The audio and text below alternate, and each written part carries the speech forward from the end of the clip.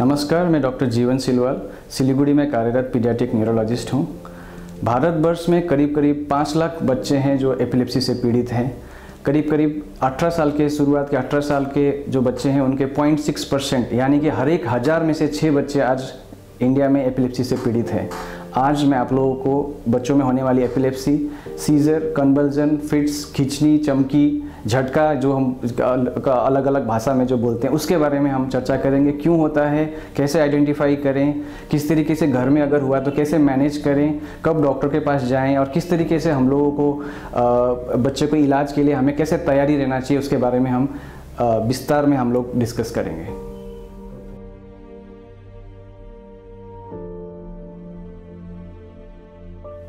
बच्चों में होने वाली एपिलेप्सी के बारे में जानने से पहले सबसे पहले हमें ये जानना चाहिए कि बच्चों में जो सीजर या कन्वल्जन या झटके जो बोलते हैं वो क्यों होता है। तो इसको सबसे पहले समझने के लिए हमें बेसिक ये समझना होगा कि जो हमारे जो ब्रेन है, ब्रेन में नॉर्मली भी विद्युतीय तरंग या फिर इलेक्ट्रिकल एक्टिविटी हमेशा ही वो रहता है, सोते समय जगते समय हमेशा रहता है। तो ये झटके आने का मतलब है कि जो विद्युतीय तरंग या इलेक्ट्रिकल एक्टिविटी सडनली एकदम से बढ़ के चले जाता है, जिसकी वजह से जो बच्चे हैं वो मूर्छित हो जाते हैं और इसके सिम्टम अलग अलग प्रकार के तरीके से वो प्रेजेंट करते हैं। तो ये इलेक्ट्रिक एक्टिविटी चेंज होने के कई कारण हो सकते हैं, जैसे कि कुछ बच्चों को केवल बुखार में खींचनी आती है या फिर जो झटके आते हैं जिसको बोलते हैं फेब्राइल सीजर या फिर फेब्राइल कन्वल्जन, या फिर शरीर में अगर कैल्शियम की कमी हो गई, ग्लूकोज की कमी हो गई या फिर सोडियम की कमी हो गई। जैसे बच्चों को डायरिया बहुत हो गया तो सोडियम की कमी हो सकती है, या फिर अगर कुछ बच्चे बीमार के समय में बहुत कम खाते हैं तो ग्लूकोज की कमी हो जाती है। तो ये सब शरीर में जो मेटाबोलाइट्स जो बोलते हैं इसकी कमी होने की वजह से भी ब्रेन में जो इलेक्ट्रिक एक्टिविटी, जो विद्युतीय तरंग में परिवर्तन आने की वजह से वो अचानक से मूर्छित हो जाते हैं। तो ये सब सीजर्स हैं, ये एपिलेप्सी नहीं है। ये आप लोगों को जानना जरूरी है कि एपिलेप्सी और सीजर में बहुत अंतर है। एपिलेप्सी का मतलब है कि बार बार कई दिन कई मंथ पर अचानक बच्चे मूर्छित हो जाते हैं। लेकिन जो बुखार में आते हैं या फिर जो कैल्शियम, ग्लूकोज या सोडियम की कमी से जो होने वाली जो झटके हैं उसको हम लोग मेटाबॉलिक सीजर कहते हैं। आप केवल कैल्शियम को ठीक कीजिए, ग्लूकोज को ठीक कीजिए, वो अपने आप झटका बंद हो जाता है। उसके लिए कोई एपिलेप्सी की दवाई हमको लंबे समय तक देने की ज़रूरत नहीं पड़ती है। लेकिन एपिलेप्सी ऐसी कंडीशन है जहाँ पे हम लोगों को लंबी समय तक जो है दवाई देनी पड़ सकती है। कई बार हम लोग 1.5-2 साल तक मिनिमम बच्चों को अगर कंफर्म एपिलेप्सी है तो दवाई दे के फिर धीरे धीरे हम लोग कम करते हैं। तो मेन है कि ये होने का कारण जो है, झटका होने के कारण हम लोगों को बुखार से लेकर सारा जो मेटाबोलाइट्स तक सोचना पड़ेगा जब पहली बार जब बच्चे आते हैं। तो ये किस तरीके से प्रेजेंट करते हैं, कैसे आइडेंटिफाई करें कि ये खिंचनी है या फिर जो फिट्स है या झटका है। तो इसमें कई प्रकार के हैं, जैसे कि एक है कि फोकल सीजर कहते हैं हम लोग, दूसरा होता है जनरलाइज सीजर। फोकल का मतलब है कि बच्चे को केवल शरीर के एक ही भाग में झटका आता है, जैसे कि लेफ्ट साइड का हाथ या पैर में है या फिर राइट साइड में होता है, ये होते हैं फोकल सीजर। एक दूसरा होता है जनरलाइज सीजर। जनरलाइज का मतलब है कि शरीर के दोनों साइड झटका कर रहे हैं। ज़्यादातर सिचुएशन में बच्चे के आंखें या तो एक तरफ जाती है राइट या लेफ्ट की तरफ, या फिर पूरा अप टर्न रहता है और जो बच्चे के सफ़ेद वाले जो आइज़ होते हैं वो दिखने लग जाते हैं। अगर कई बार बड़े झटके जो जनरलाइज सीजर में बच्चे के मुँह से झाग आती है, बहुत सलाइवा आती है, और कई बच्चे तो अगर ज़्यादा झटका होने से पेशाब लैट्रिन भी कर देते हैं। तो इस तरीके से इसको आइडेंटिफाई कर सकते हैं।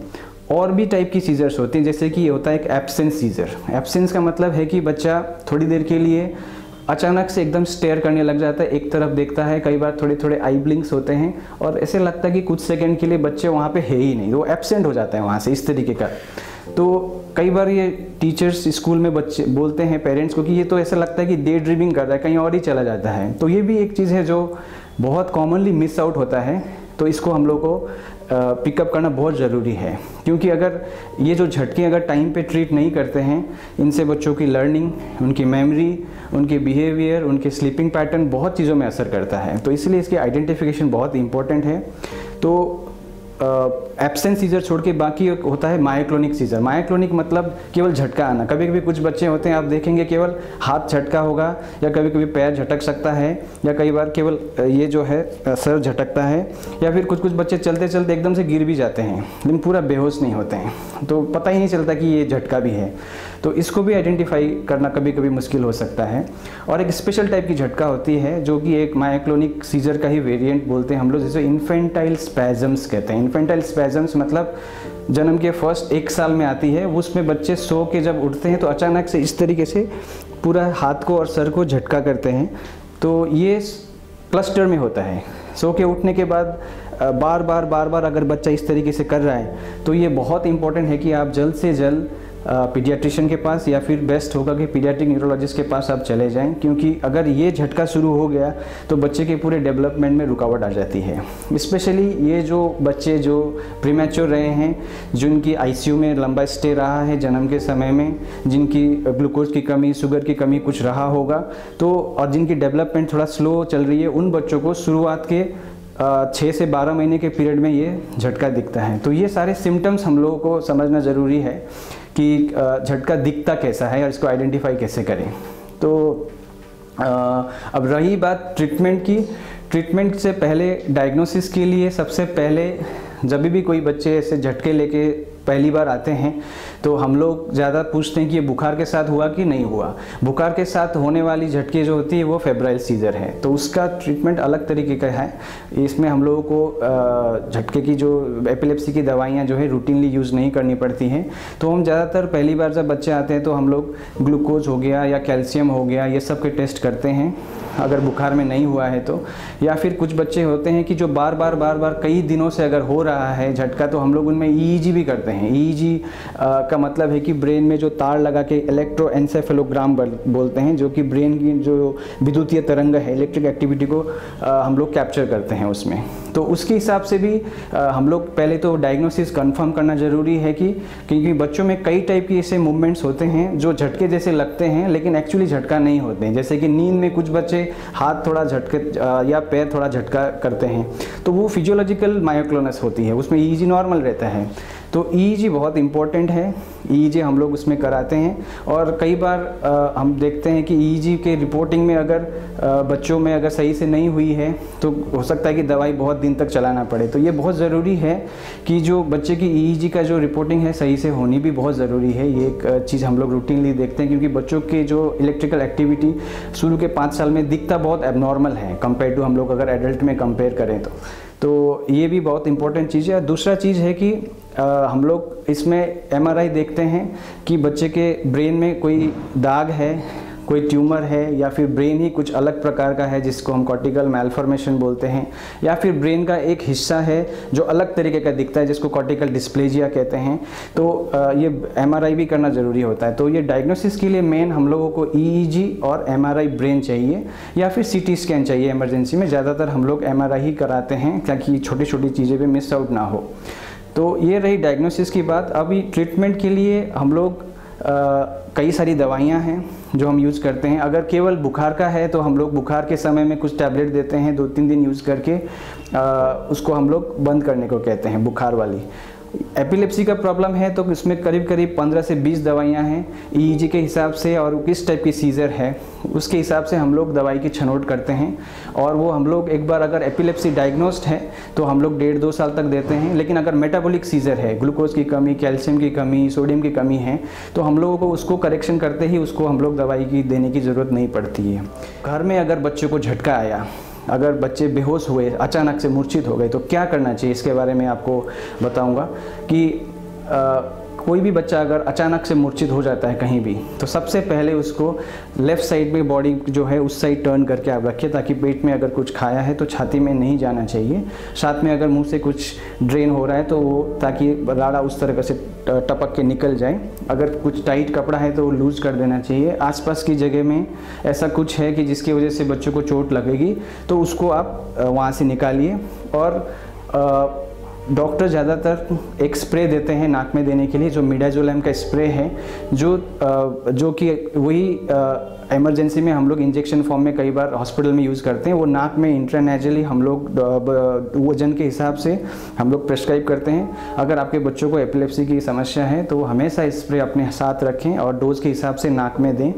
और कौन कौन सी चीज़ें जो हमें नहीं करनी चाहिए वो है कि बच्चे को जब झटका आता है, मुंह में चम्मच, उंगली या फिर कोई भी चीज़ देके मुंह को खोलने की कोशिश ना करें। बच्चे के नाक को ना दबाएं, उसको सांस लेने में मुश्किल होगी। मुंह में पानी वगैरह ना दें, बॉडी को झटका वगैरह ऐसा कुछ भी ना करें। ज़्यादातर जो फिट्स होती हैं वो 2 से 3 मिनट में बंद हो जाती हैं, लेकिन अगर 4-5 मिनट से ज़्यादा हो रहा है तो आपको नज़दीकी जो हॉस्पिटल है वहाँ पे जाना ज़रूरी है। क्यों ज़रूरी है? क्योंकि सीजर्स अगर बहुत लंबे हुए तो जानलेवा हो सकता है। ब्रेन में उसकी वजह से ग्लूकोज की कमी या फिर ब्लड की कमी की वजह से ब्रेन में और डैमेजेस हो सकते हैं। तो ऐसे बच्चों को भर्ती करना ज़रूरी है। क्यों हुआ, कारण उसका निकालना ज़रूरी है। एपिलेप्सी को लेकर हमारे समाज में बहुत सारे ऐसे मिसअंडरस्टैंडिंग्स हैं, जैसे कि एपिलेप्सी एक जन को अगर हुआ तो वो फैलता है या फिर इन्फेक्शियस होता है। ऐसा तो बिल्कुल ही नहीं है। और हम लोग कई बार मूवीज़ में देखते हैं कि अगर बच्चा या फिर कोई अगर बड़े लोग स्पेशली अगर झटके से गिर गए तो कोई मोजा या जूता लेके आके सुंघाने लग जाते हैं। तो वो साइंटिफिकली बिल्कुल करेक्ट नहीं है। बस वो स्प्रे जो है डॉक्टर ने दिया है उसको यूज़ करना है। और तीसरी चीज़ है कि जैसे कि कोई भूत बाधा हुआ या फिर कोई एविल स्पिरिट का अटैक है करके हम लोग गाँव में कई बार ऐसे होता है कि वो सब वहाँ पे ट्रीट करा के फिर वो ठीक ना होने के बाद लेके आते हैं। या फिर कोई एपिलेप्सी के पेशेंट को नॉन वेज नहीं खानी चाहिए या फिर वैसा कुछ खिलाने की वजह से हुआ, तो वो भी एक प्रकार की मिथ ही है। और जो बहुत कॉमन मिथ है कि जैसे epilepsy is a life long disorder, ये कभी ठीक ही नहीं होगा, एक बार शुरू हो गया तो दवाई चलती रहती है। ऐसा नहीं है। स्पेशली बच्चों में, स्पेशली अगर बच्चों का MRI में ज़्यादा डैमेज कुछ नहीं है, MRI ठीक है, EEG में भी ज़्यादा प्रॉब्लम नहीं है, डेवलपमेंट बच्चे का अच्छा चल रहा है, तो हम 1.5-2 साल तक ज़्यादातर दवाई यूज़ करके धीरे धीरे उसको बंद कर सकते हैं। बहुत सारे बच्चों का हम ये करते भी हैं। तो देखिए, बच्चों में होने वाली जो सीजर या जो कन्वल्जन है, इसके कई सारे कारण हैं।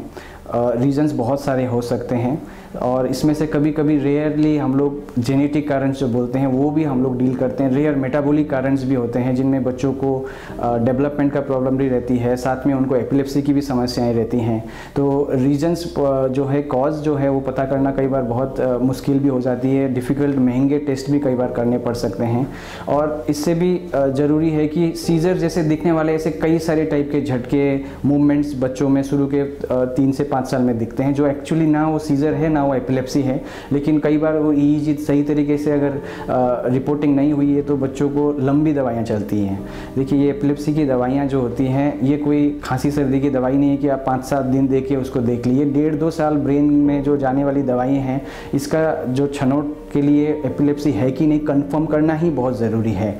तो सीजर किस टाइप का है, एपिलेप्सी किस टाइप का है, कौन सी दवाई अच्छी काम करती है, तो ये एक्सपर्ट की सलाह बिल्कुल लेनी चाहिए। क्योंकि ये इतनी लंबी बीमारी जो चलती है, अगर हम इसमें अंदाजे से दवाई चलाएंगे जिसकी बहुत सारी साइड इफ़ेक्ट्स हैं, तो ये हम लोगों को खुद एक एक्सपर्ट का सलाह लेना बहुत ही ज़रूरी है इसमें। ये मेरी आपके लिए सलाह है। एथीना पॉलीक्लिनिक में हम लोग ये जो सीजर, फिट्स या फिर एपिलेप्सी जो भी है, इन सारी जो प्रॉब्लम को हम रेगुलर बेसिस पे देखते हैं, क्योंकि पीडियाट्रिक न्यूरोलॉजी में ये सबसे कॉमन प्रॉब्लम है। कई बच्चों को केवल एपिलेप्सी या फिर ये सीजर का प्रॉब्लम रहता है, कई बार ये डेवलपमेंटल डिले, ऑटिज़म के साथ साथ जुड़ के आता है। तो ये रेगुलर बेसिस में हम लोग डे टू डे बेसिस में इन बच्चों को यहाँ पे डायग्नोस करते हैं, इनकी इलाज करते हैं। यहाँ पे जो डायग्नोसिस के लिए ज़रूरी जो EEG है, इलेक्ट्रोएन्सेफेलोग्राम, इसके लिए सेपरेट न्यूरो लैब बनाया गया है, उसकी फैसिलिटी यहाँ पे अवेलेबल है। तो अगर आपके बच्चों को सीजर या सीजर जैसे दिखने वाली अगर कोई भी इस प्रकार की मूवमेंट्स हैं या फिर ऑलरेडी डायग्नोस्ड एपिलेप्सी जो मेडिसिन पे है, जिनकी सीजर्स कंट्रोल नहीं हो रही है, तो आप यहाँ पे मंडे टू सैटरडे 10 to 7 लाके यहाँ पे दिखा सकते हैं। Thank you.